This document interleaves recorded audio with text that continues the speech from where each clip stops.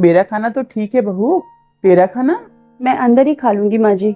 अरे क्यों अंदर खा लेगी बहू अकेले? यहाँ ले आना हम सबके साथ। अरे नहीं माँ जी, आप खाइए आराम से। अरे यहाँ ले आना अपना खाना, हम सबके साथ बैठ के खा। जा। बस 2 ही रोटी तो खानी है, खा के पेट भरना है। मैं अपने कमरे में खा लूंगी माँ जी। मेरे बराबर बैठेगी तू? वहां बैठ, वहां नीचे, वहां बैठ, वहां नीचे। रहने दीजिए ना माँ जी, यहाँ ड्राइंग रूम में मैं कहाँ खाऊंगी। मैं खा लूंगी ना अपने कमरे में अंदर। बिल्कुल भी नहीं। अरे तू मेरी इकलौती बहू है, इस घर की प्यारी बहू रानी, भला अकेले क्यों खाएगी तू? और ऐसे क्यों बोल रही है बेटा कि सिर्फ 2 ही रोटी खानी है? अरे ये तेरा घर है, तेरा जो मन करे खाने को वो बना लिया कर, या मुझे बता दिया कर, मैं बना लूंगी। और तू ऐसे क्यों बोल रही है कि बस पेट ही तो भरना है? क्या कुछ बात हुई है तुम लोगों में? जाके अपना खाना लेकर के आ और मेरे साथ बैठ के खा, वरना मैं भी खाना नहीं खाऊंगी। ठीक है माँ जी, लाती हूँ अपना खाना।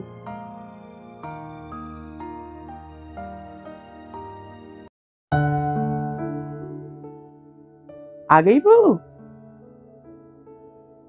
बैठ। अरे अरे, कहाँ महारानी? मेरे बराबर बैठेगी तू? वहां बैठ, वहां नीचे। तेरी औकात वहीं पर है। लेकिन बेटा वो जमीन पे। माँ प्लीज, ये हम दोनों पति पत्नी के बीच की बात है। आप इससे दूर ही रहिए तो आपके लिए अच्छा होगा, और ये मैं पहले भी आपसे कह चुका हूं।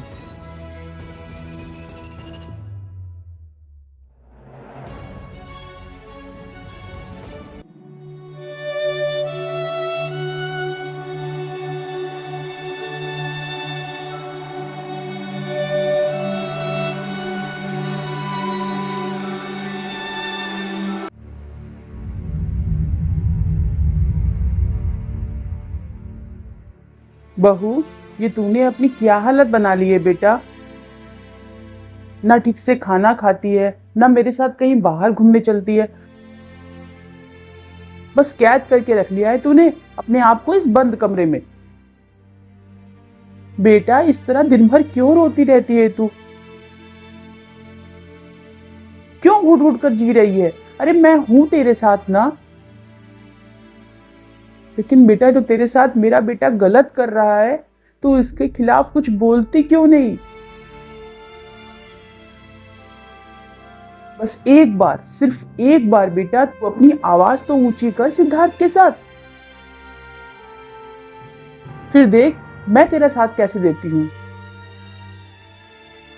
एक तू पता नहीं किस मिट्टी की बनी हुई है, बर्दाश्त करती जा रही है उसकी सारी बदतमीजियां, और इसीलिए उसकी जिटाई बढ़ती जा रही है। पता नहीं बेटा तेरे अंदर कहां से इतनी शक्ति आ गई जो मेरे बेटे की ऐसी हरकतें तू बर्दाश्त कर रही है। अरे तेरी जगह कोई और लड़की होती ना तो कब का उसे छोड़ के जा चुकी होती। और मैं भी तुझसे कहती हूँ तू जा उसे छोड़कर, लेकिन तू है कि बेटा तू डर मत, मैं हूं तेरे साथ। पलटकर जवाब देना सीख।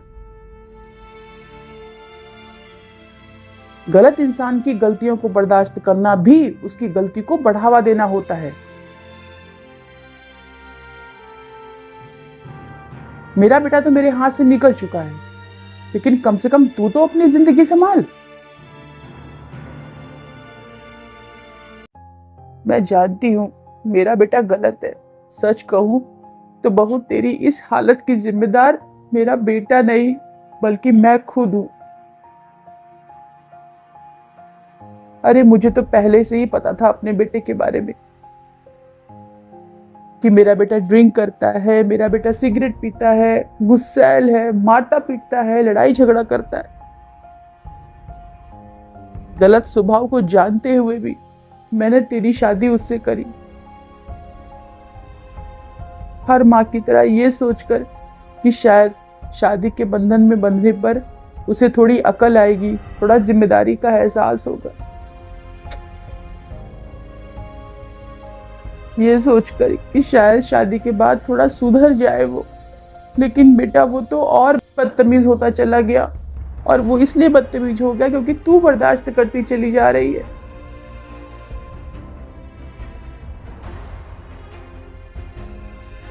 अरे बेटा तू तो आज की लड़की है, पढ़ी लिखी, क्यों बर्दाश्त कर रही है तू उसे? बेटा तेरे पेट में कल से दर्द हो रहा है, डॉक्टर को दिखा के आते हैं, फिर बात करते। चल।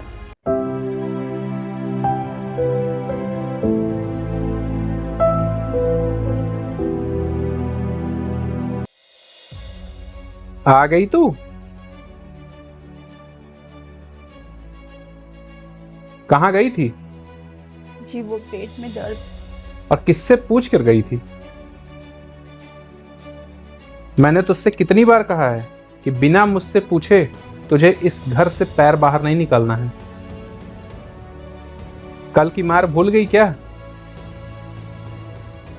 ये किस तरह बात कर रहा है तू बहू से? माँ आपसे मैंने पहले भी कहा है कि आपको इसकी वकालत करने की जरूरत नहीं है, ये मेरे और इसके बीच की बात है। बेटा मैं लेके गई थी इसे, तुझे तो इसकी कोई परवाह है नहीं। इसके पेट में कल से दर्द हो रहा है, और पता है बेटा खुशखबरी है, तू बाप बनने वाला है।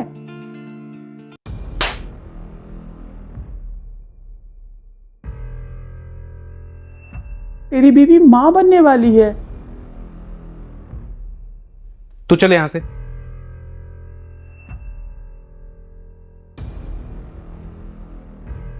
अरे बेटा संभाल कर, वो माँ बनने वाली है। अरे कहीं कुछ ऊंच नीच हो गई तो क्या करूं मैं इस लड़के को? ये माता रानी तुम ही इसको सद्बुद्धि दो। और सुन औरत, अगर तूने मुझसे बिना पूछे इस घर से बाहर अपने पैर निकाले ना, तो याद रखना पैर काट दूंगा तेरे। समझ में आया? और सुना है तू मां बनने वाली है? हाँ? अगर मेरी बेटी हुई तो तुझे और तेरी बेटी को दोनों को मैं कहां भेज दूंगा तुझे पता भी नहीं चलेगा। समझ में आया? तूने मेरा हाथ झटका, तेरी इतनी औकात? अब तो तू सोच भी नहीं सकती कि मैं तेरे साथ क्या करूंगा। और क्या करोगे तुम? तो नीचे गिर चुके हो, और कितना नीचे गिरोगे मेरे साथ? एक कुछ तो शर्म करो, बीवी हूं मैं तुम्हारी। अपनी बीवी के साथ कोई ऐसे सलूक करता है क्या? मैं आज तक सिर्फ इसलिए ये सब कुछ बर्दाश्त करती आई क्योंकि एक शरीफ खानदान है, आपका भी और हमारा भी। तुम जैसे आदमी एक कमजोर औरत पे हाथ उठाना अपनी मर्दानगी समझते हो? मैं तुम्हारे होने वाले बच्चे की माँ हूं। अरे भगवान से डरो। समाज में, रिश्तेदारों में, आस पड़ोस में इस परिवार की तू ना हो।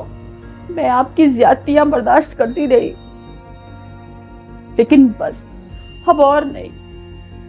अब मेरा जीवन सिर्फ मेरा ही नहीं है, एक और जिंदगी को मैं जन्म देने वाली हूँ। इसलिए अब मैं चुप नहीं रहूंगी, क्योंकि तुम जैसे आदमियों को न तो प्यार की कदर है और ना किसी रिश्ते की। मेरी जिंदगी तो तुमसे शादी करके ही बर्बाद हो गई, लेकिन अब मैं अपने बच्चे की जिंदगी नहीं बर्बाद होने दूंगी। मैं अपने बच्चे पर तुम्हारी छाया भी नहीं पड़ने दूंगी। मैं दूर हो जाऊंगी तुम्हारी जिंदगी से, अपने बच्चे को लेकर बहुत दूर चली जाऊंगी तुमसे। आज मैं खुद कह रही हूँ कि मैं तुम जैसे नीच आदमी के साथ, जिसे अपनी बीवी से दो शब्द प्रेम से बोलना ही नहीं आता है, अपनी बीवी की इज्जत करना नहीं आता है, मैं खुद रहना नहीं चाहती तुम जैसे आदमी के साथ। बहुत बर्दाश्त कर लिया मैंने, जब से मेरी शादी हुई है मैंने बहुत बर्दाश्त किया, लेकिन अब नहीं बर्दाश्त करूंगी। क्योंकि अब बात सिर्फ मेरी नहीं है, मेरे होने वाले बच्चे की भी है, जिसे मैं तुझे हाथ भी लगाने नहीं दूंगी। तुम रहो यार, मैं जा रही हूँ तुम्हें छोड़ के। वो भी हमेशा हमेशा के लिए।